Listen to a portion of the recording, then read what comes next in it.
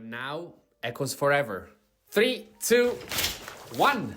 Hello, everybody, and welcome back to episode 136 of the Shower Podcast, the podcast where I'm in my shower and you do you. I'm your host, Chip, and have you ever considered what happens to the events that really shape your identity? Those things that just happen, be it because you made that happen or because, life just did its thing. And you just don't know where that feeling went. Today, I'd like to give to you an analogy that might help you to understand this and make you really emphasize how these things will always be with you. Before we start, as usual, if you like the idea of the Shower Podcast, leaving a like and a subscribe really mean a lot. It's just one click, but they really make the difference. So this thought is very fresh. It's an expansion and let's say a summary of a discussion that I had with a dear friend this evening. And we were discussing exactly this, the idea in which you managed to experience something that was so deep that will always be with you. And the reason why sometimes this feeling kind of emerges. And given the word that I just used, emerges, I thought of this example that I think will be able to explain very well what I mean and also make you think about your own experience. So imagine life going your normal way. You're trying to be the better person that you're trying to become. And all the things that you have are placed in a small lake. A lake that you can see, you're on the river, and bit by bit, you have your fishes that you have grown, you throw your things that matter inside, and based on the importance of these things, they create more or less ripples, as when you've been a child, I'm sure that, everybody did it. You just try to throw as hard as you can a stone into this small lake and see the effect of the ripples. Sometimes, though, again, as I said before, either because you wanted to make it happen, but most often than not, it's something that just life does for you. Somebody else throws a very big stone inside. And in that moment, your world collapses, everything shakes, there's nothing stable, your precious lake is all of a sudden moving and you don't know what to do. And that is normal. That is expected. And actually, I would emphasize that this is desirable. That feeling that you have, that experience that you're going through, it's something that will be there with you forever. The problem is that, as you know, with how the ripples works, and once the stone has done the damage, if we can call it damage, or has had its effect to make it more in line with what we are describing, it slowly starts sinking down. And, you start seeing the effect going away slowly and slowly but surely in, let's say, with the time that it's needed. For some people it's a month, for some people it's years, for some people it's a lifetime, it never stops. But at some point, the effect is over. You had a lot to go through. Lots of things happened around you. And overall, you don't really know how to handle this event. Because on one end, of course, it was something sudden.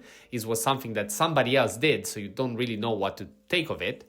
But most often than not, this is a feeling that you overall are liking, If we want to give real examples for you, this could mean an important friendship or losing somebody, being in love, falling in love, or losing somebody. I would like to understand and underline for you, I'd like you to understand and underline that it's not only for positive things. We are talking about any kind of emotion that disrupts strongly your current state of being. And again, those things usually come at the end of a spectrum. It can be either very good or very bad. Usually it can be a mix because, that's how life goes. It's a bit of a cycle. But as I said, you cannot really forget this thing.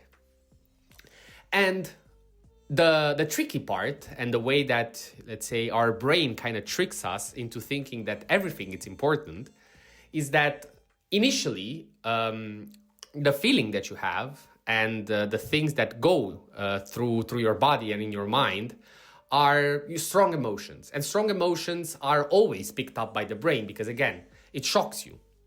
The problem is that with time passing and with us not being very good at remembering, we build memories in a certain way that it's not always, let's say, so truthful to the past, as we discussed also in other episodes.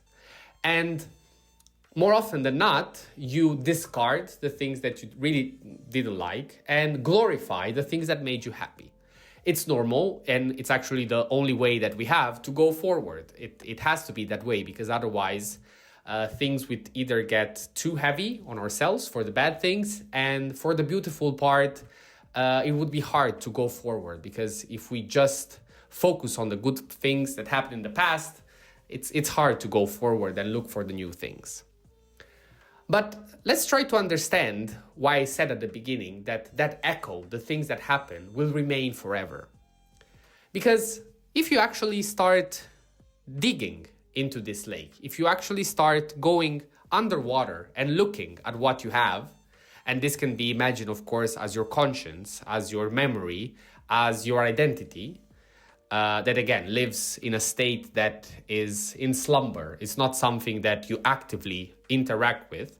But once upon a time, when everything is calm and you are able to see underwater, you will look around and you will see that among the things that are there will be that big stone that made all that fuzz a while ago.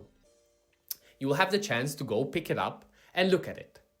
And the moment that you will look at it, you will realize that, first of all the things that you remembered might not be true, both in a positive and negative aspect. As I said, our memory will trick us.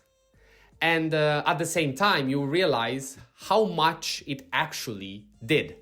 You will remember all the changes that you had to go through. You will remember all the things that, just had to happen in order to adjust for the damage that that this stone did. But at the same time, it's there. It's too big to remove. It's not something that you can just ignore. It's too important to put away. And what I really want to make you understand is that you shouldn't. You shouldn't throw away this rock. You should keep it there and keep it, because the magical part and the beautiful thing is that this stone is something that not everybody has. It's an emotion, it's a feeling, it's an experience that is yours and that you should keep there, because it's not guaranteed. And as I said before, if something really matters, having the chance to find this stone and, being able to analyze it really means that it was something that mattered.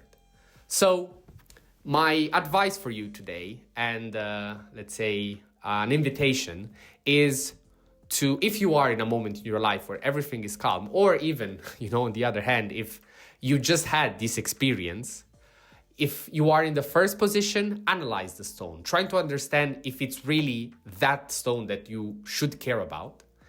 And on the other hand, if you are scared or if you are unsure about the effects of your stone, don't worry. Let things go. Let's say just enjoy the moment, and down the line, go and look at the bottom of your lake and see if it actually mattered. So that was all for today. A bit of a different vibe compared to the other episodes, but I really believe that it's also something important to share.